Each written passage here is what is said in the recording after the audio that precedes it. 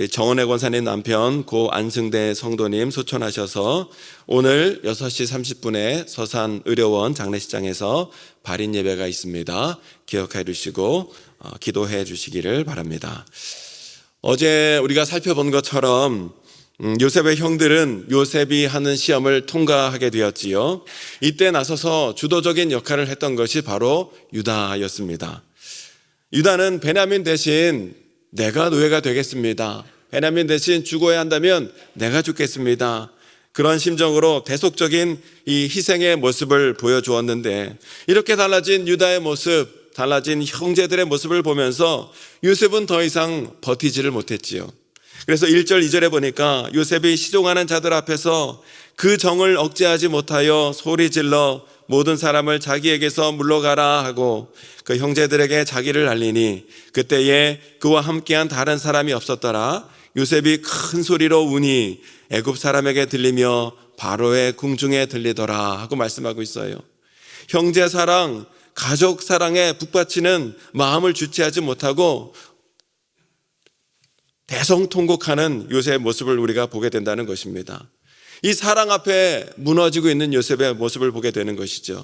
진실은 강하고 사랑은 능력이 있다는 말을 다시 한번 여기서 실감을 하게 되는 거예요. 이처럼 요셉은 형제와 가족 사랑 앞에서 무너져 내렸고 더 이상 자신의 정체를 숨길 수가 없었어요. 그래서 3절에 보니까 요셉이 그 형들에게 이르되 나는 요셉이라. 내 아버지께서 아직 살아 계시니까 형들이 그 앞에서 놀라서 대답하지 못하더라 하고 말씀하고 있지요. 여러분, 지금 요셉의 형들은요, 애굽의 총리 대신 앞에 바짝 엎드려 있었어요. 그런데 그 지엄하신 요셉의 총리, 그 애굽의 총리 대신이 자기의 동생 요셉이라는 거예요. 그러니 형들이 여러분 얼마나 놀랐겠습니까? 너무나 놀라서 아무 말도 할 수 없었다 성경은 말씀하고 있지요. 다른 사람도 아니고 형들이 자기들이 그렇게 싫어하고 그렇게 미워해서 죽이려고도 했었고 외국의 노예로 팔아버렸던 그 동생이 지금 애굽의 총리가 되어서 있다고 하니까 형들은 너무 놀라 어안이벙벙하여 한마디도 할 수 없었다는 거예요. 그러니까 4절에 보니까 요셉이 형들에게 이르되 내게로 가까이 오소서. 그들이 가까이 가니 이르되 나는 당신들의 아우 요셉이니 당신들이 애굽의 판자라 하고 요셉이 말하고 있지요. 이 말을 들은 요셉의 형들은요, 아마 놀라움을 넘어서서 두려웠을 거예요. 그동안 자신들이 이 요셉에게 저지른 잘잘못이 다 생각나서 온몸이 부들부들 떨리는 것을 그들이 느꼈겠지요. 그런데 여러분, 이때 요셉이 너무나 놀라운 말을 해요. 뜻밖의 고백을 하고 있어요. 5절에 보니까 당신들이 나를 이곳에 팔았다고 해서 근심하지 마소서, 한탄하지 마소서. 하나님이 생명을 구원하시려고 나를 당신들보다 먼저 보내셨나이다 하고 말씀하고 있어요. 비록 형님들이 나를 미워했고 형님들이 나를 애굽에 팔아넘겼지만, 그러나 나를 애굽에 있게 한 것은 형님들이 아니라 하나님의 계획과 하나님의 뜻이 있었기에 자신이 지금 여기 애굽에 이렇게 와 있는 것이라는 거예요. 당신들이 한 것이 아니라 하나님이 하신 것이라는 거 요셉이 말씀하고 있는 것을 보게 되지요. 형들이 요셉을 애굽에 팔았던 것은 사실이지만, 그러나 요셉은 무엇을 바라보고 있었어요? 그 일 너머에 계신 하나님과 하나님의 섭리를 깨닫고 그것을 요셉이 바라보고 있더라는 거예요. 참으로 놀라운 믿음의 고백이 아닐 수 없었고, 오늘 우리가 깨달아야 할 영적 메시지가 바로 여기에 있는 것을 보게 되지요. 형들에 의해 애굽의 노예로 팔려온 요셉은 그 어느 때보다 힘들고 어려운 때를 겪었지만, 이것은 요셉에게 있어서 너무나 끔찍하고 비참한 사건이었지만, 그러나 하나님께서는 하나님의 섭리 가운데 그 모든 일을 통하여서 하나님의 뜻과 계획을 이루어 오셨다는 거예요. 무슨 일을 이루셨습니까? 7절에 요셉이 말하기를 하나님이 큰 구원으로 당신들의 생명을 보존하고 당신들의 후손을 세상에 두시려고 나를 당신들보다 먼저 보내셨나니 하고 말하고 있어요. 하나님께서 우리 가문의 생명을 구원하시려고, 하나님께서 우리 가문에 영원한 생명을 주시려고 이 모든 일을 하나님이 행하신 것입니다 하고 요셉이 고백하고 있는 거예요. 요셉은요, 여러분, 자기 인생에 가장 비참하고 자기 인생에 가장 불행했던 사건을 지금 하나님의 일, 하나님의 사건으로 지금 인식하고 있더라는 것이죠. 인간적인 눈으로 볼 때는 너무나 힘들고 너무나 불행하고 도저히 해석이 안 되는 사건이었지만 그것을 믿음의 눈으로 바라보니까 그 불행했던 일들이 해석이 되어지고 그 불행한 일 가운데 하나님께서 함께 하시고 하나님이 하나님의 일을 하시기 위한 축복의 일이었다라는 것이 보이게 되더라는 것이에요. 여러분, 이것이 믿음인 줄로 믿습니다. 믿음을 가지고 살아가야 하는 믿음의 고백이 바로 이와 같아야 한다는 것이에요. 오늘 우리는 이 요셉의 모습과 고백을 보면서 혹여나 오늘 나에게 일어나고 있는 여러 가지 고통스럽고 불행해 보이는 일들, 건강의 문제라든지 물질의 문제라든지 관계의 문제라든지 자녀의 문제라든지 이 모든 일들은 그저 고통스럽고 불행한 일로만 그저 끝나는 것이 아니라 하나님은 주님의 섭리 가운데 하나님은 그것을 통하여서도 여전히 하나님은 일하고 계시고 거기에는 반드시 하나님의 뜻과 계획과 섭리가 있다는 것을 우리도 요셉처럼 믿음으로 바라보고 믿음으로 고백할 수 있어야 될 줄로 믿습니다. 그래야 여러분 우리의 인생이 해석되어지는 거예요. 그래야 우리의 인생이 복된 인생으로 인도함 받을 수 있게 된다는 사실이에요. 여러분, 성경의 많은 인물들, 요셉이 되었던 다윗이 되었던 다니엘이 되었던 모든 성경의 선진들은 다 이와 같은 인생을 살아갔던 사람들임을 우리가 보게 되지 않습니까? 여러분, 우리가 하나님의 섭리를 미리 알 수는 없어요. 그러나 시간이 지나면서 믿음을 가지고 바라보면 하나님의 섭리가 반드시 그 가운데 있음을 우리가 바라보게 되더라는 거예요. 대표적인 것이 여러분 노아의 방주 사건이 아니겠습니까? 하나님이 노아에게 명령을 내리셨지요. 산 위에다 방주를 지으라는 거예요. 어떡합니까? 하나님 말씀에 순종하여 산 위에 뚝딱뚝딱 방주를 지었어요. 120년 동안 방주를 지었어요. 120년 동안 방주를 짓고 배를 짓는데 비가 오고 홍수가 내릴 기미가 전혀 안 보이는 거예요.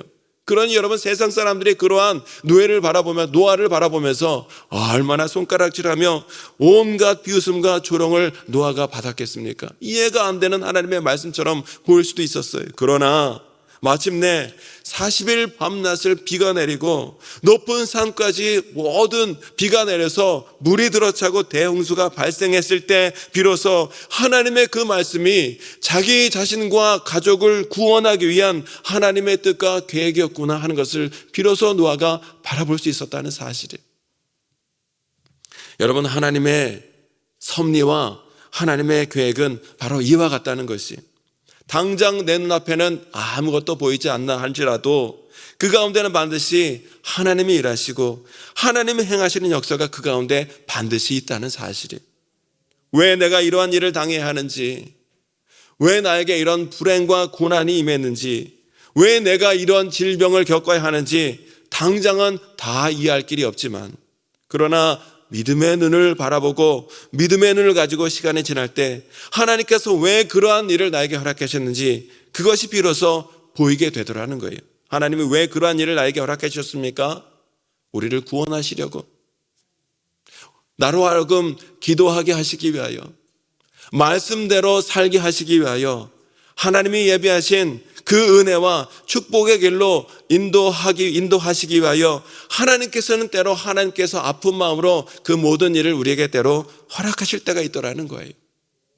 그런 일마저 없으면 도저히 우리가 하나님께서 주신 그 축복과 은혜와 구원의 역사 가운데 들어갈 길이 없으니 때로 하나님께서는 아픈 마음으로 그 고통스러운 일을 때로 우리에게 허락하실 때가 있더라는 거예요.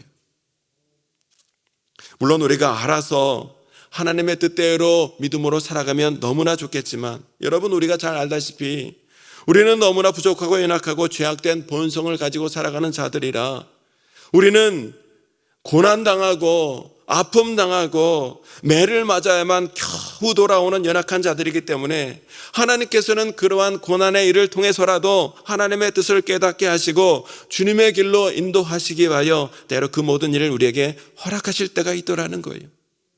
때문에 여러분, 우리는 믿음의 눈을 들어 오늘도 나를 위하여 일하시고 나를 향하신 하나님의 계획과 섭리를 믿음의 눈으로 바라볼 수 있어야 될 줄로 믿습니다. 여러분, 오늘 내 삶 가운데 일어나는 모든 일들은 좋은 일이든 나쁜 일이든 내 삶 가운데 일어나는 모든 일들은 아무렇게나 아무런 뜻 없이 그저 우연히 이루어지는 것이 아니라 하나님께서 나를 구원하시고 하나님께서 우리 가족을 구원하시기 위하여 더 좋은 길로 인도하시고 축복하시기 위하여 그 모든 것을 이렇게 허락하신 것이구나, 우리가 믿음으로 바라보며 요셉처럼 고백하며 나아갈 수 있어야 될 줄로 믿습니다. 그래서 그런 의미에서 요셉은 8절에서 이렇게 고백하고 있어요. 그런즉 나를 이리로 보낸 이는 당신들이 아니요 하나님이시라. 하나님이 나를 바로에게 아버지로 삼으시고 그 온 집의 주로 삼으시며 애굽 온 땅의 통치자로 삼으셨나이다. 그러면서 11절에 이렇게 말씀하고 있죠. 흉년이 아직 5해가 있으니 내가 거기서 아버지를 복양하리이다. 아버지와 아버지의 가족과 아버지께 속한 모든 사람에게 부족함이 없도록 하겠나이다 하더라고 전하소서. 아멘. 요셉은요, 뭘 깨달았어요? 자신의 삶을 통하여 하나님께서는 아버지 야곱과 자신의 모든 가족을 구원하길 원하신다는 사실을 깨달았다는 거예요. 때로는 형들이 자신을 죽이려고 했고 인신마매를 당하여 애굽의 노예로 팔려오는 아픔을 그가 당하기도 했지만, 그러나 하나님께서는 그 모든 일을 통하여 자기를 애굽의 총리로 삼아주셨고 이 일을 통하여 야곱의 가족을 구원하시고 자신의 가문을 선한 길로 인도하시고자 하는 하나님의 섭리가 있으신 것이로구나, 요셉은 그것을 바라볼 수 있었다는 거예요. 때문에 여러분, 오늘 혹여나 내가 당하는 모든 고난에도 하나님의 뜻과 하나님의 계획과 섭리가 반드시 있다는 것을 오늘 우리가 믿음의 눈으로 바라볼 수 있어야 되는 거예요.